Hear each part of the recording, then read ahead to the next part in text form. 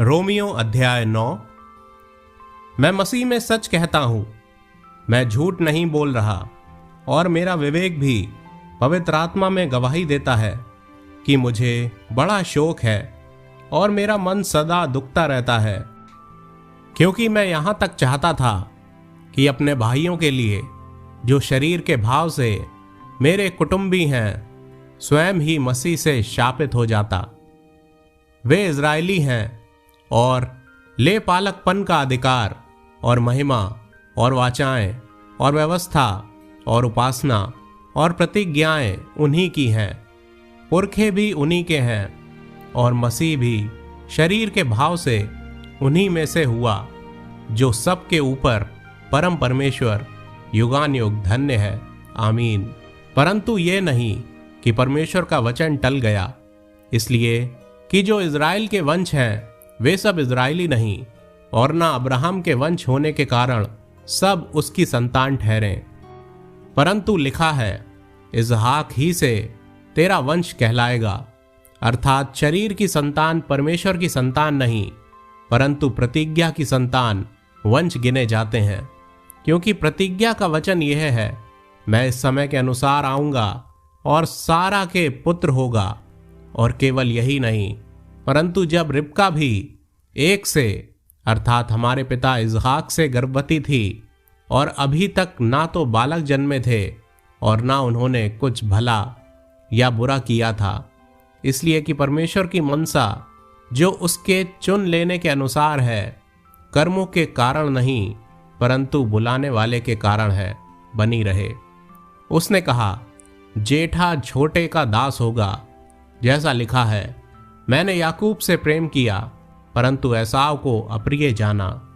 इसलिए हम क्या कहें? क्या परमेश्वर के यहाँ अन्याय है?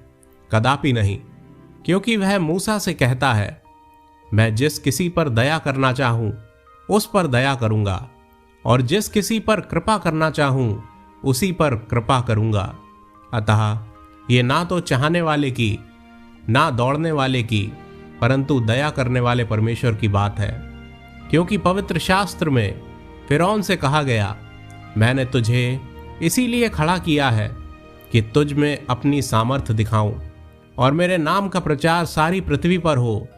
इसलिए वह जिस पर चाहता है उस पर दया करता है, और जिसे चाहता है उसे कठोर कर देता है। अतः तू मुझसे कहेगा, वह फिर क्यों दोष लगाता है?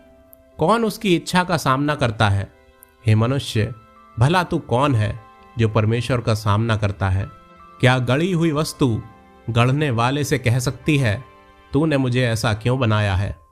क्या कुम्हार को मिट्टी पर अधिकार नहीं कि एक ही लौंदे में से एक बर्तन आदर के लिए और दूसरे को अनादर के लिए बनाए? तो इसमें कौन सी आश्चर्य की बात है कि परमेश्वर ने अपना क्रोध दिखाने और अपनी सामर्थ्य प्रकट करने की इच्छा से क्रोध के बर्तनों की जो विनाश के लिए तैयार किए गए थे, बड़े धीरज से सही, और दया के बर्तनों पर जिन्हें उसने महिमा के लिए पहले से तैयार किया, अपने महिमा के धन को प्रकट करने की इच्छा की। अर्थात हम पर, जिन्हें उसने ना केवल यहूदियों में से वरन अन्य जातियों में से भी बुलाया, जैसा वह होशे की पुस्तक में भी कहता है, जो मेरी प्रजा ना थी उन्हें मैं अपनी प्रजा कहूँगा, और जो प्रिया ना थी उसे प्रिया कहूँगा। और ऐसा होगा कि जिस जगह में उनसे ये कहा गया था कि तुम मेरी प्रजा नहीं हो, उसी जगह वे जीवते परमेश्वर की संतान कहलाएंगे। और यशायाह इज़राइल के विषय में पुकार कर कहता है, चाहे इज़राइल की संतानों की गिनती समुद्र के बालू के बराबर हो, तो भी उनमें से थोड़े ही बचेंगे। क्योंकि प्रभु अपना वचन पृथ्वी पर पूरा करके धार्मिकता से शीघ्र उसे सिद्ध करेगा। जैसा यशायाह ने पहले भी कहा था, यदि सेनाओं का प्रभु हमारे लिए कुछ वंश ना छोड़ता, तो हम सदोम के समान हो जाते और अमोरा के सदृश ठहरते। अतः हम क्या कहें? यह कि अन्य जातियों ने जो धार्मिकता की खोज नहीं करते थे, धार्मिकता प्राप्त की, अर्थात उस धार्मिकता को जो विश्वास से है। परंतु इज़राइली जो धर्म की व्यवस्था की खोज करते थे, उस व्यवस्था तक नहीं पहुंचे। किस लिए? इसलिए कि वे विश्वास से नहीं परंतु मानो कर्मों से उसकी खोज करते थे।